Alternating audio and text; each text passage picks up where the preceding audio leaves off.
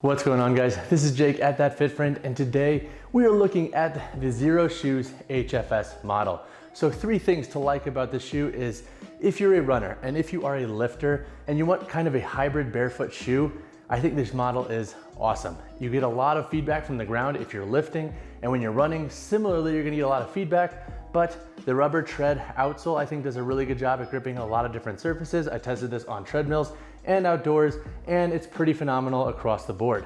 The second thing to like is just how flexible and lightweight this shoe is. Like, as you can see, I can bend it all any way I want. It's super lightweight, and if you want something to feel very, very minimal on the foot, I think this is a really good bet. The third thing to like, and this is more for my lifting friends like myself, if you want a very barefoot focused model and you can't train barefoot, so you go to a commercial gym, whatever it might be, this is a really good bet. So the rubber tread, the outsole, has a 5.5 millimeter height, but you can also remove the insole, which has a 2 millimeter height. So you can get super, super close to the ground. So in things like deadlifts or RDLs, or basically anything where you're really trying to ground the foot, even in lunges where you want a lot of feedback and malleability with the shoe, this is a great model to do that. And honestly, with the insole taken out, the inside of the shoe is still finished, so it's not like you're gonna be standing on that weird, like almost like grainy texture that some shoes have when you take out the insole. So overall, I think if you're a lifter and you are a runner and you want a shoe to tackle both of those asks that is barefoot and minimalist in nature, the HFS is a good model. But now let's talk about some cons. So 2 potential cons I could see folks having with this model is that they can be uncomfortable if you are not used to wearing more barefoot and minimalist shoes. So to all my runners and lifters out there, if you're thinking about making the switch to more barefoot style shoes, ease into them and acclimate to them. They are not gonna feel super comfortable right away, and you are gonna have to be really cognizant of how you are moving to get the most bang for your buck in this shoe. So just like a training program, when you are learning new exercises, ease into them in whatever activity you're doing, get used to how you're moving in them, be very hyper cognizant of how you're displacing force to make sure you are not necessarily taking a ton of force unneedingly in this model. The second potential con I can see folks having is if you are doing any activities where you're having a lot of friction on the upper of this model, I would say be very cognizant of the long-term durability. So if you're doing, let's say, burpees and you're training in these in like a CrossFit box, be very cognizant of the overall durability. Since this shoe is very lightweight, I don't want you to have them break down too quick because of friction on the upper. So just be hyper cognizant of that if you plan to do any style of activity where there could be friction on the upper. But overall, I haven't noticed any issues with durability yet, but I want to make sure that I provide a full synopsis of what I could see going wrong with this model. But that wraps up our con section. Now let's dive into performance, because that is by far my favorite topic to talk about. So in the performance section, we're gonna talk about rocking these shoes in lifting settings, agility and plyometric settings, and on runs and a daily basis. So when it comes to lifting, I really dig this shoe. Now, I like the Prio model, but honestly, I think the HFS may have a slight edge because I really love the lightweight nature of it, and the toe box is super wide, so you can really grip and splay and grip the floor with the toes. But when it comes to lifting, what I like most about the shoe, besides it being very flexible and being able to feel the ground when doing lunges and whatever else you're having a lot of toe flexion on, is the fact that when you are training things like deadlifts or anything where you want a lot of ground contact, trying to maintain that nice strong tripod foot position, you can really feel the ground and bias your weight accordingly.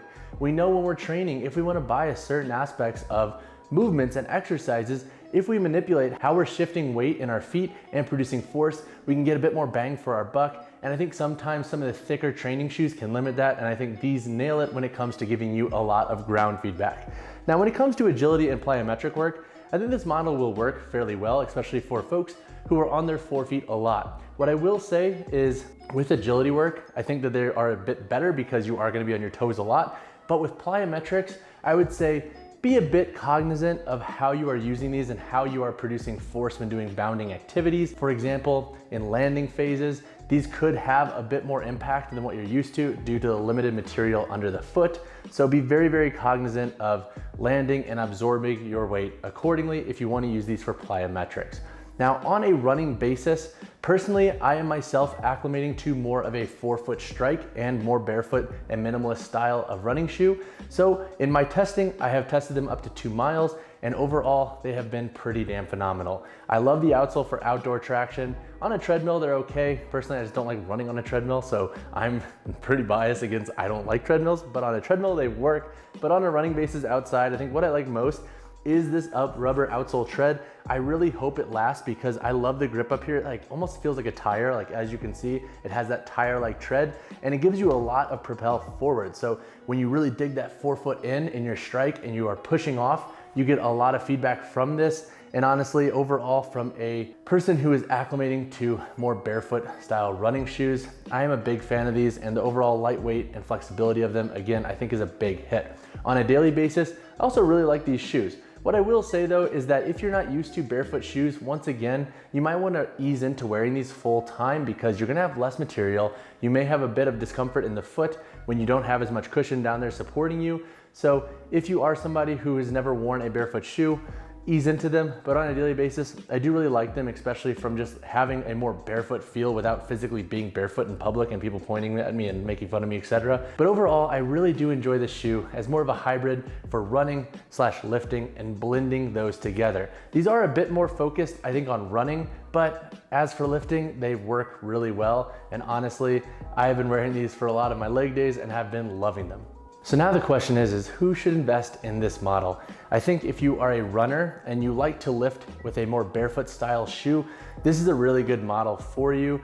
And honestly, even if you are just a lifter that wants to have more of a minimalist shoe, I think you get a lot out of this model. With the removable insole, you can get really close to the ground and you get a lot of ground feedback. And with the overall flexibility of the shoe itself, you can really bias how you are loading and moving in various exercises. So reality is anybody who wants to train in a barefoot shoe, I think, could benefit with this model. It is a bit more pricey though than like something like the Prio, so take that into account. But those are the populations that I think would benefit most with this shoe.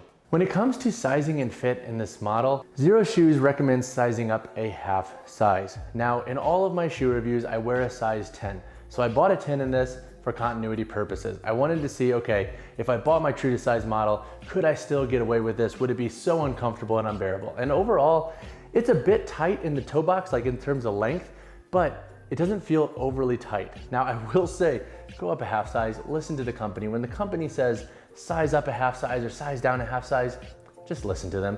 But for the purpose of continuity, I got true to size in this model and it does work. I just worry though, if you are somebody who's normally pushing the envelope on their normal true to size, you're definitely wanna go to a half size. So those are my sizing thoughts. Basically, to wrap that all up in a very concise way where I'm not rambling, go up a half size, listen to Xero Shoes, and I think you're gonna have a shoe that fits really well. So as for price in the shoe, you can expect to pay $109.99 USD.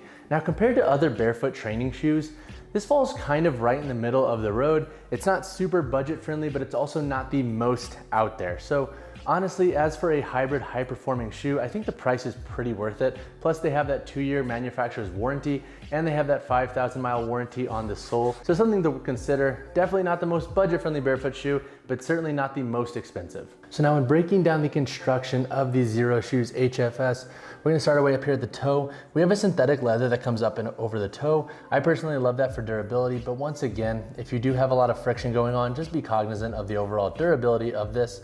Throughout the upper two, we have a mesh. It's super breathable and super lightweight. Like you can see just how flexible this shoe is. It's actually kind of insane. And we also have that Hirashi inspired design throughout the upper here and a wide toe box. So you can really splay those toes in the shoe. Like as you can see, the toe box is fairly wide throughout. And if you are worried about splaying your toes, you're definitely not gonna have to worry about that in this model.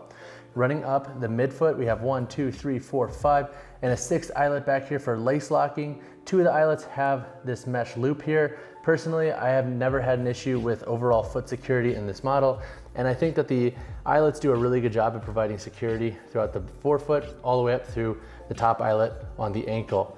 Making our way back here to the boot. The boot is fairly low sitting, which honestly I love because it makes this feel very, very minimalist in nature. We have some Xero branding out here on the lateral posterior side and on the heel, which we have another piece of leather back here. And then on the outsole itself, we have this rubber tread. It is designed to be similar-esque to a tire and how the tread is on that, which personally, I really dig for outdoor running. Like as you can see, the tread has like this angle to it, which is honestly great for giving you a lot of like a propelling nature going forward when really digging in with these shoes. The last thing that I want to draw attention to is the insole. You can take it out. The insole itself is about 2 millimeters and the rubber outsole is about 5.5, so you can get closer to the ground if you remove that insole. And the inside of this shoe is finished, so you're not gonna have to stand on that like awkward material that some shoes have when you remove their insole. Overall, I think that is the gist of this shoe in a nutshell. It's fairly simplistic in nature, but honestly, I think that really pays into this model's strengths. If you have any questions on the shoe, make sure to hit me in the comments. And if you think that I missed anything, or if you have any questions for further clarification, always hit me down below and ask away. All right guys, that wraps up my review of the Xero Shoes HFS. If you have any questions on this model or just barefoot training in general, hit me in the comments below. And as always guys, drop a like on the video, drop subscribe to the channel. I'll see you guys in the next one.